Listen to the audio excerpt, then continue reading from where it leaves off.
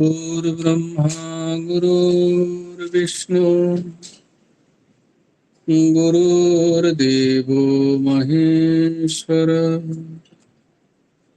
गुरुर्साक्षात् परब्रह्म तस्मै श्री गुरवे नमः। कृष्णाय वासुदेवाय हरये परमात्मने प्रणतक्लेशनाशाय गोविन्दाय नमो नमः। कृष्णाय वासुदेवाय देवकी नन्दनाय च नन्दगोपकुमाराय गोविन्दाय नमो नमः। वसुदेवं सुतं देवं कंसचाणूरमर्दनं देवकी परमानन्दं कृष्णं वन्दे जगद्गुरुम्। নবকুমার চতুষ্পাঠীর আরেকটা অধ্যায়ে তোমাদেরকে স্বাগত। আজকে কে পাঠ করবে শ্লোকগুলো?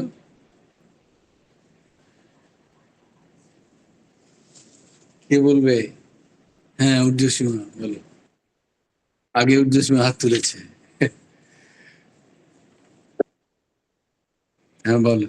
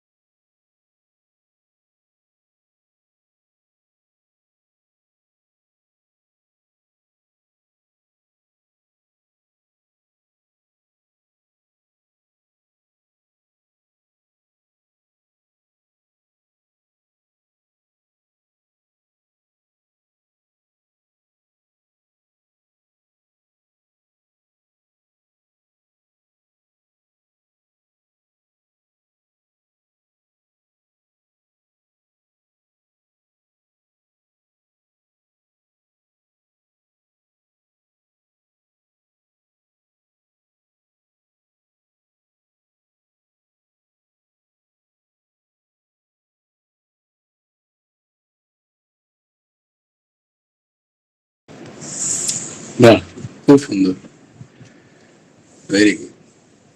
তো আমরা ছিলাম শ্রীমদ্ ভগবদ গীতার 10ম অধ্যায়ের 26 নম্বর শ্লোক আমরা কালকে দেখেছি।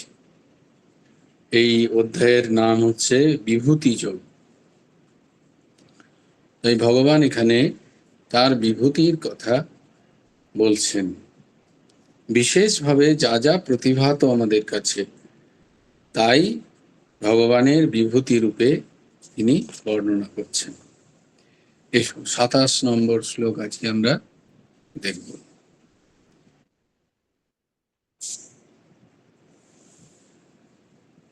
উচ্চৈঃশ্রবসমশ্বানাম বিদ্ধি মাম মৃতোদ্ভবম। উচ্চৈঃশ্রবসম অশ্মানাম বিদ্ধি মাম মৃতোদ্ভবম। ঐরাবতম গজেন্দ্রাণাম নরাণাম চ নরাধিপম। ঐরাবতম গজেন্দ্রাণাম নরাণাম চ নরাধিপম। উচ্চৈঃশ্রবসম অশ্বানাম বিদ্ধি মাম মৃতোদ্ভবম। ঐরাবতম গজেন্দ্রাণাম নরাণাম চ নরাধিপম। অশ্বানাম, অশ্বগণের মধ্যে, অমৃতোদ্ভবম, সমুদ্র থেকে অমৃত মন্থন কালে প্রকটিত হওয়া। উচ্চৈঃশ্রবসম, উচ্চৈঃশ্রবা নামক যে অশ্ব, গজেন্দ্রাণাম, শ্রেষ্ঠ হাতিদের মধ্যে, ঐরাবতম চ, ঐরাবত নামক যে হাতি, নরাণাম, মানুষের মধ্যে, নরাধিপম, রাজা, মাম বিদ্ধি, আমারই বিভূতি বলে জানবে। অশ্বগণের মধ্যে অমৃত মন্থন কালে প্রকটিত হওয়া উচ্চৈঃশ্রবা নামক অশ্ব, শ্রেষ্ঠ হাতিদের মধ্যে ঐরাবত নামক হাতি, এবং মানুষদের মধ্যে রাজাকে আমারই বিভূতি বলে জানবে। উচ্চৈঃশ্রবা সমশ্বানাম বিদ্ধি মাম মৃতোদ্ভবম। সমুদ্র মন্থনকালে অনেক কিছু সেখান থেকে আহরণ হয়েছিল। সেই মন্থনকালে প্রকটিত মোট 14টি বিষয় ছিল, 14টি রত্নের কথা সেখানে লেখা আছে। তাদের মধ্যে একটি রত্নস্বরূপ,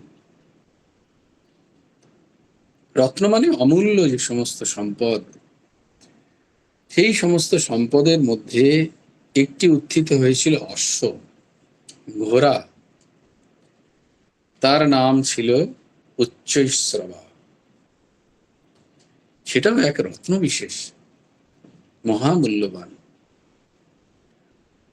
ইন্দ্র এই উচ্চশ্রবা অশ্বকে গ্রহণ করেছিলেন, তাই ইন্দ্রের বাহন হচ্ছে এই অশ্ব, এই ঘোড়া, যা সমস্ত অশ্বদের মধ্যে প্রধান। ভগবান তাই একে তার বিভূতি বলে বর্ণনা করছেন।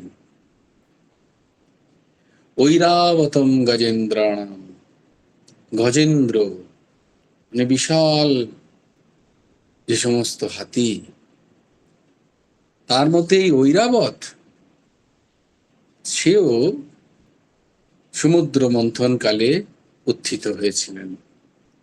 হাতির মধ্যে যেটি শ্রেষ্ঠ তাকে গজেন্দ্র বলা হয়, এবং সেই গজেন্দ্রের মধ্যে ঐরাবত হচ্ছে শ্রেষ্ঠ, এবং তাও সমুদ্র মন্থন থেকে উত্থিত হয়। ইন্দ্র এটিকেও গ্রহণ করেন, ঐরাবত হাতিকে, ইন্দ্রের বাহন। সেই জন্য ভগবান তাকে, এই বিশালকায় বিশিষ্ট হস্তিকে, নিজের বিভূতি বলে বর্ণনা করছেন। নরাণাম চ নরাধিপম, সমস্ত প্রজাগুলোর পালনহার্থ, পালক যিনি, তাকে সংরক্ষণ করেন, সংবর্ধন করেন, তাদের রক্ষণাবেক্ষণ করেন নিজের সন্তান তুল্য, সেই রাজন যারা, সেই রাজ্য পরিচালনকারী প্রধান যে পুরুষ, তিনি রাজা, সেই সমস্ত মানুষদের মধ্যে যিনি প্রধান, তার মধ্যে ভগবত্তা ভগবত্তা থাকতে হয়। এই রাজাদের মধ্যে ভগবত্তা থাকতে হতো, তবেই তাকে রাজা পদবাচ্য হতো। শুধু রাজ্য ভোগ করার জন্য রাজা নন। দেখো, এক রাজার মধ্যে কতটা গুণ থাকতে হয়, তবে গিয়ে তাকে তিনি রাজা পদবাচ্য হয়। রাজা মানে শুধু ভোগ সামগ্রীর ভোগের জন্য নন, সমগ্রস্য ঐশ্বর্যস্য বীর্যস্য যশস্য জ্ঞান বৈরাগ্যশ্চৈব ষট ভগ ইতিঙ্গনা।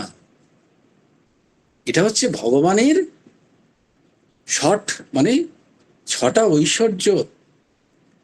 সেই ঐশ্বর্যের পূর্ণ মাত্রায় না থাকলেও এই ঐশ্বর্যের গুলো এক রাজার মধ্যেও থাকা দরকার, তবেই গিয়ে সে রাজা পদবাচ্য হবেন। এমনি এমনি রাজাকে মানুষ পুজো করতো না, তার মধ্যে সেই গুণ ছিল।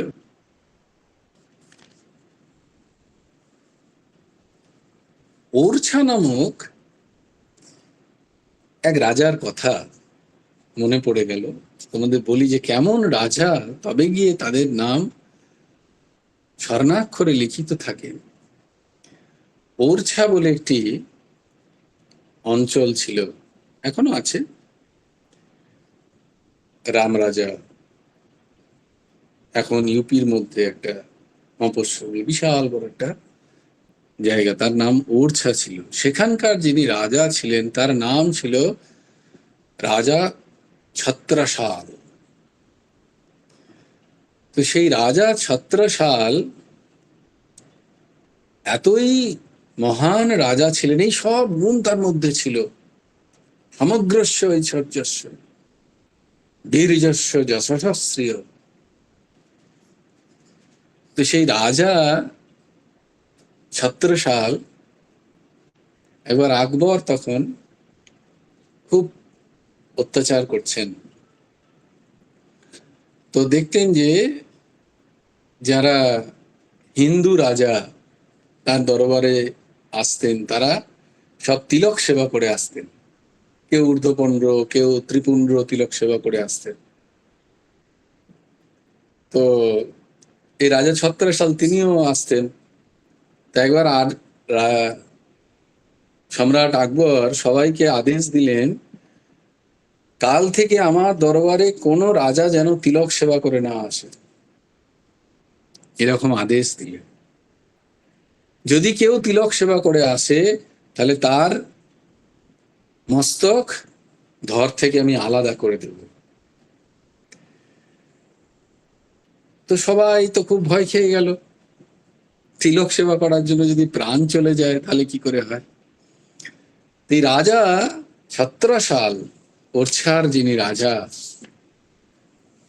এই তিনি একমাত্র সেই দিন রাজ দরবারে, ওই নবাবের দরবারে গেছিলেন, আকবরের দরবারে, এবং খালি গায়ে, খালি গায়ে মানে যেমন রাজবেশ, শুধু পাট্টা নিয়ে।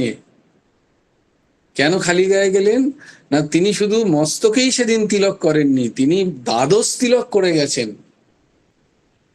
পুরুষ শরীরের দ্বাদশ তিলক করার বিধান আছে। কেশবায় নম, নারায়ণায় নম, মাধবায় নম, গোবিন্দায় নম, মধুসূদনায় নম, ত্রিবিক্রমায় নম, শ্রীধরায় নম, ঋষিকেশায় নমঃ, পদ্মনাভায় নম, দামোদরায় নম। এরকম দ্বাদশ তিলক তার মন্ত্র। এগুলো তার আগে প্রণব যোগ হয়, দিয়ে এই প্রত্যেক শ্রীকৃষ্ণের এক একটা নাম দিয়ে এই দ্বাদশ তিলক ধারণ করতে হয় বৈষ্ণবদের, এবং শেষকালে তাদের যে শিখা থাকে সেখানে নমঃ বাসুদেবায় নমঃ। তো এইরকম ওই ছত্রসাল, মহারাজ ছত্রসাল তিনি দ্বাদশ তিলক সুন্দর করে বলে, আজ যা হবে দেখা যাবে, এসপার কি ওসপার, তিলকের জন্য যদি আমার যে প্রাণ যায় চলবে, কিন্তু আমি তিলক ছাড়া যাব না। তিনি সেদিন প্রত্যেক দিন ঊর্ধ্বপণ্ড করে যান, বাকি ঢেকে যান, সেদিন দ্বাদশ তিলক দেখানোর জন্য খালি গায়ে গেছেন দরবারে, যে ঠিক আছে হয়ে যাক আজকে যুদ্ধ। তিনি সেমনি বীর্যশীল ছিলেন। তো যখনই বললেন যে সম্রাট আকবর, আপনার স্পর্ধা তো কম নয়, আপনি আমার সামনে তিলক ধারণ করে এসছেন, তো সঙ্গে সঙ্গে মিয়ান থেকে তলোয়ার বার করে, আসুন কটা সৈন্য আপনার, বিনা যুদ্ধে আমি তিলক থাকবে, তিলক শুদ্ধ আমার স্বর আপনার, মানে তিলক শুদ্ধ মাথা আপনার দরবারে আজকে পড়বে, কিন্তু তিলক আমি মেটাবো না। আর তিনি তার সৈন্যদেরও খবর করে রেখেছিলেন, তারাও বলে আমার সৈন্যরাও আছে বাইরে, হয়ে যাক যুদ্ধ। তো রাজা আকবর তো খুব মানে সম্রাট আকবর সেই সময় তিনি চেষ্টা করছিলেন কিভাবে গোটা সাম্রাজ্যকে নেওয়া যায়। তিনি খুব চৌকস সম্রাট ছিলেন। তো তিনি বললেন বাবা এ তো মিউটিনি হয়ে যাবে। তখন বাকি হিন্দুদেরও ছত্রসাল বলছেন, আপ লোগ कैसे हिंदू हो जो है एक मृच्छे का ऐसे ये भाषा लिखा हुआ है। और ये जो এই কথাটা কোনো হিন্দু গ্রন্থে লেখা নেই, এটা আকবরেরই একটা গ্রন্থে, উর্দু গ্রন্থে লেখা আছে এই ঘটনার কথা। কোন হিন্দুদের গ্রন্থে এইসব লেখা নেই তাকে মহান করার জন্য। তাদের এই ঘটনার কথা, সত্যি ঘটনার কথা, তাদের সবাইকে বলছেন আপনি লজ্জা করেন না? মৃত্যুর ভয়ে আপনারা ইয়ে ছেড়ে দিচ্ছেন, আপনাদের তিলক, ভগবানের প্রপন্নতা ছেড়ে দিচ্ছেন এই সামান্য এক সম্রাটের শরণাগত হতে গিয়ে। তিলক মানে ভগবানের শরণাগত হওয়া। আর যা তারাও সঙ্গে সঙ্গে একজোট হয়ে, রাজা তো দেখলেন, মানে সম্রাট তো দেখলেন সবাই এক হয়ে যাচ্ছে, তখন বলছেন वाह वाह छत्रसाल क्या बात है। मैं तो ये परीक्षा करने के लिए ऐसे बताया था कि आप তোমাদের নিজেদের ধর্মের প্রতি তোমাদের কতটা নিষ্ঠা আছে সেইটা দেখার জন্য, সেই পরীক্ষা করার জন্য আমি এরকম বলেছিলাম। বাহ বাহ ছত্রসাল, আপনি অবশ্যই তিলক করে আসবেন। তো তখন থেকে ওই ছত্রসালের নাম আবার টিকায়েত, তার নাম ছিল রাজা টিকায়েত। টিকা টিকা করে আসতেন বলে তার নাম টিকায়েত হয়েছিল। তো রাজা এরকম, তাই ভগবান বলছেন নারায়ণ চ নরাধিপম, নরদের মধ্যে আমি নরাধি, মানে রাজা, তার মধ্যে সেই শক্তি, ভগবানের শক্তি, ভগবানের আবেশ থাকতো, তার মধ্যে করুণা থাকতো, বৈরাগ্য থাকতো, জ্ঞান থাকতো, তপস্যা থাকতো রাজা মহারাজাদের মধ্যে। ক্ষত্রিয়দের মধ্যেও দেখো, তারা ক্ষত্রিয় হতেন, কিন্তু তাদের মধ্যে ধর্ম রক্ষার জন্য কত মন। তাই ভগবান রাজাকে তাঁরই বিভূতি বলছেন। এই সমস্ত বিভূতি বলার কারণ, এই সমস্ত বিভূতির যা শক্তি, যা সামর্থ্য, তারা সেই ভগবান থেকে আহরিত। তাই সেগুলোকে ভগবান তার নিজেরই বিভূতি বলে বর্ণনা করছেন। 28 নম্বর শ্লোকে ভগবান বলছেন আয়ুধানামহং বজ্রম ধেনুনাম अस्मि কামধুক। आयुधानाम अहं वज्रम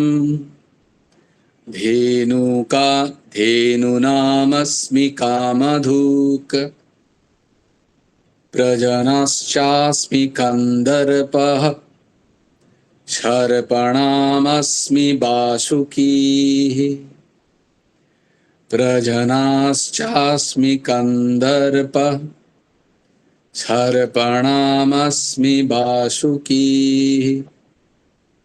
आयुधानामहं वज्रम् धेनूनामस्मि कामधूक प्रजनश्चास्मि कन्दर्पः सर्पणामस्मि वासुकी। আয়ুধানাম আহম, অস্ত্র সমূহের মধ্যে আমি, বজ্রম বজ্র, ধেনু নাম ধেনুগণের মধ্যে কামধুকস্মি আমি কামধেনু, প্রজনঃ আমি সন্তান উৎপাদনের হেতু, কন্দর্প অস্মি আমি কন্দর্প, চ সর্পাণাম এবং সর্পগণের মধ্যে বাসুকিহি বাসুকি অস্মি আমি, অস্ত্র সমূহের মধ্যে আমি বজ্র, ধেনুগণের মধ্যে আমি কামধেনু, আমি সন্তান উৎপত্তির হেতু কন্দর্প এবং সর্পগণের মধ্যে বাসুকি। এই আয়ুধ, আয়ুধ কথাটা হচ্ছে আয়ুধ মানে অস্ত্র, অস্ত্র শস্ত্র বা মেশিন পত্রের কথাও আয়ুধ। আয়ুধ হচ্ছে একটা সংস্কৃত শব্দ। কেন বলছি যে দেখো আমাদের আমি যেখানে ব্যাঙ্গালোরে আছি, কর্ণাটকে কিন্তু ওখানে অস্ত্র শস্ত্রের পুজো হয় দশমীর, দশেরাতে, দশমীর দিন আয়ুধ পুজো বলা হয় ওখানে। এটাকে আয়ুধ, আমাদের যেমন বিশ্বকর্মায় পুজো হয় তেমনি ওখানে হয়। ইভেন মহারাষ্ট্রেও হয়।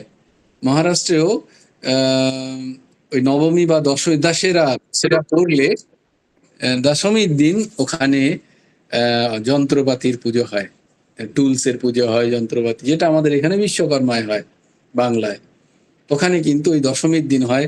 এবং ব্যাঙ্গালোরেও হয়, কর্ণাটকে বিভিন্ন যেখানে যেখানে।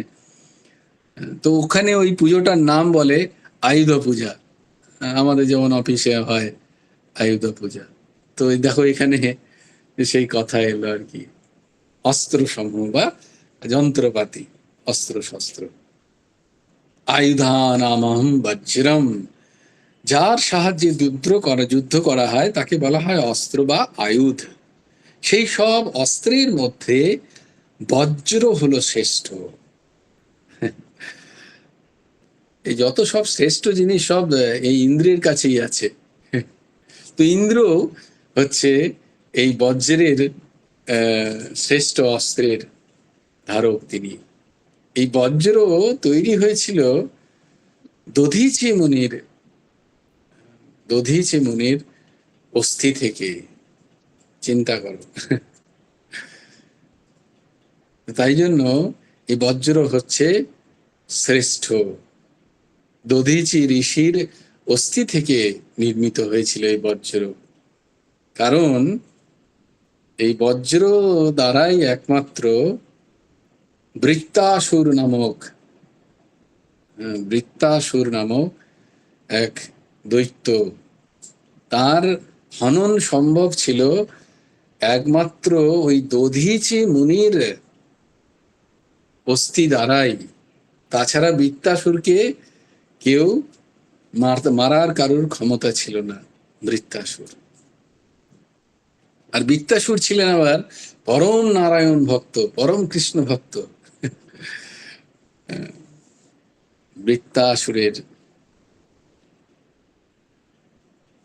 বৃত্তাসুরের শ্লোক কোনোদিন যদি সুযোগ হয়, শ্রীমদ্ ভাগবত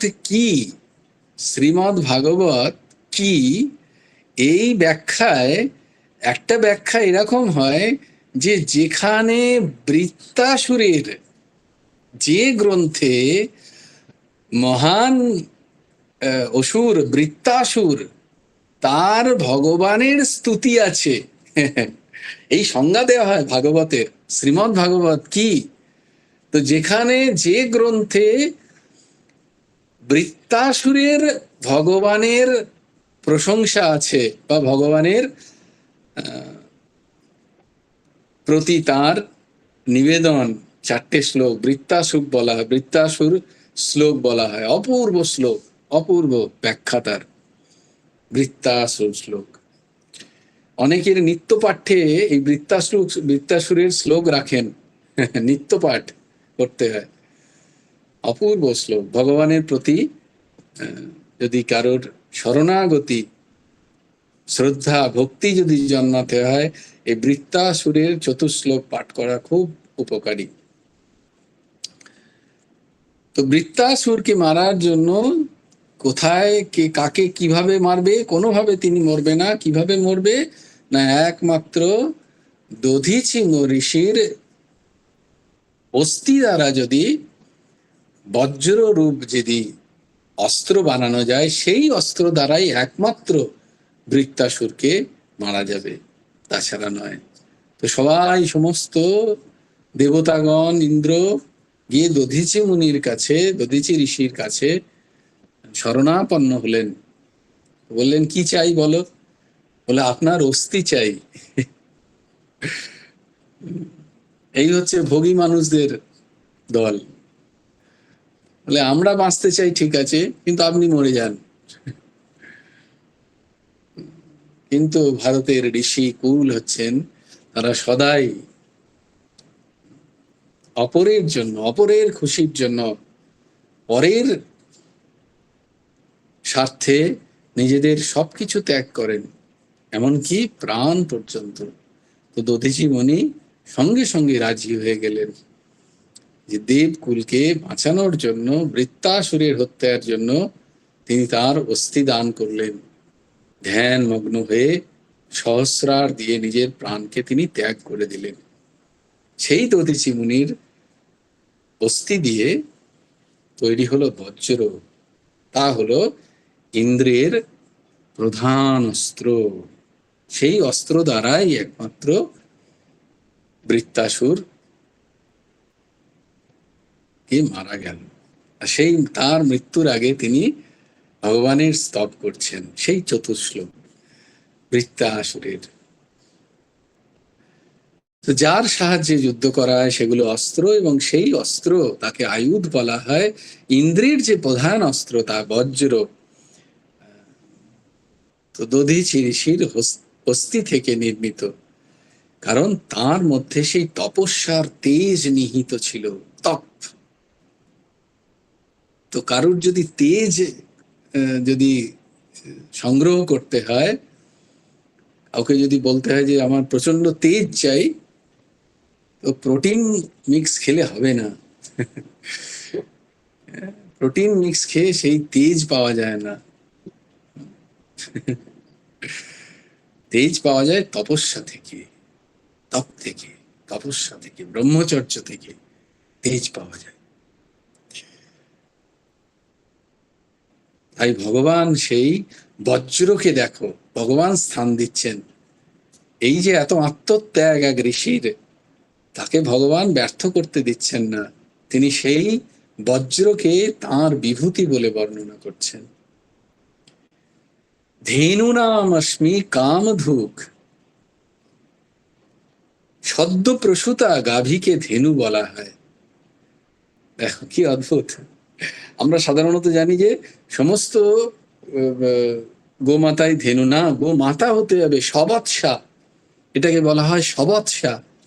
মানে সবৎসা মানে বাছুর সমেত যে গোমাতা, সবৎসা। তো তাই জন্য বলছেন সদ্য প্রসূতা গাভী, যার মধ্যে দুগ্ধ আছে এবং যিনি সবৎসা, তার বাছুর আছে, এইরকম যিনি গাভী, তাকে ধেনু বলা হয়। আর সমস্ত ধেনু মনের মধ্যে কাম ধেনু হচ্ছে সর্বশ্রেষ্ঠ। কারণ তুমি তার কাছে যাই চাইবে না কেন, তিনি সেটা দিতে সক্ষম। কামধেনু যা কামনা করবে। তাই কামধেনুর মধ্যে নয়, যে কোনো সবৎসা গাই, ভারতীয় বেদ লক্ষণা যে কোনো সবৎসা গাই, গোমাতা, তার কাছে তুমি যদি তাকে সেবা করে তোমার কামনা রাখো, তিনি তা দিতে সক্ষম। এটা কোনো বেদ কথিত শাস্ত্র বলছে না, এটা এক ইংরেজ বলে গেছেন। অদ্ভুত। এক ইংরেজ মহারাজ তিনি এসছিলেন, তিনি এসব বিশ্বাস করতেন না, ন্যাচারালি ম্লেচ্ছ। তিনি বিশ্বাস করবেন কেন? তখন গোমাতার অতি শ্রদ্ধা ছিল ভারতীয়দের মধ্যে। তিনি তাকে বলেছিলেন এরকম যে সবৎস কোনো গোমাতার যদি আপনি সেবা করেন এবং সে যদি প্রসন্ন হয় আপনার সেবাতে, আপনি যা চাইবেন তাই পাবেন। তো তার বিশ্বাস ছিল না। তো তিনি তার ওই রকম বাংলোয় এরকম একজন সবৎসা গাইকে নিয়ে এসে শ্রদ্ধা সহকারে সেবা করে তার মনোবাঞ্ছা কিছু রেখেছিলেন, যেটা তিনি ভেবেছিলেন যে সম্ভবই নয়, কোনোদিনই সম্ভব নয়। কিন্তু তিনি অবাক হয়েছিলেন তার ওই মনোবাঞ্ছা যখন পূর্ণ হয়ে গেছিল। তিনি তখন এই সবৎসা গায়ের গোমাতার কথা তিনি লিখে রেখে গেছেন তার জীবনীতে। তো কামধুক, সকল দেবতা ও মনুষ্যের কামনা পূরণকারী বলে একে কামধুক বলা হয়, কামধেনু বলা হয়। তাই এটা ভগবান বলছেন এ আমার বিভূতি। প্রজনাশ্চাস্মি কন্দর্পঃ, সংসারের উৎপত্তির জন্য প্রজনন শক্তি কাম, কাম দ্বারা ধর্মের অনুকূলে। কি অপূর্ব ব্যাখ্যা! শুধুমাত্র সন্তান উৎপাদনের জন্য সুবুদ্ধি পরিত্যাগ করে উপভোগের নামে নয়, যা ধর্মোচ্চারণ করে সেই কাম, তা ভগবান বলছেন আমারই বিভূতি। ধর্মের অনুকূল কাম, ধর্মানুকূলন কাম, তা ভগবানের বিভূতি। সর্পাণামস্মি বাসুকি, বাসুকি সকল সর্পের অধিপতি এবং সে ভগবত ভক্ত। সমুদ্র মন্থনের সময় এই বাসুকি মহারাজই রজ্জু হিসাবে, মানে দড়ি হিসাবে ব্যবহৃত হয়েছিল। তাই ভগবান একে তার বিভূতি বলে বলছেন, তার বিভূতি রূপে একে স্বীকৃতি দিচ্ছেন। তাই এই সমস্ত বিশেষ বিশেষ যারা এই সংসারে, এই সৃষ্টিতে আমরা দেখতে পাই, তাদের যে বিশেষত্ব, তাদের যে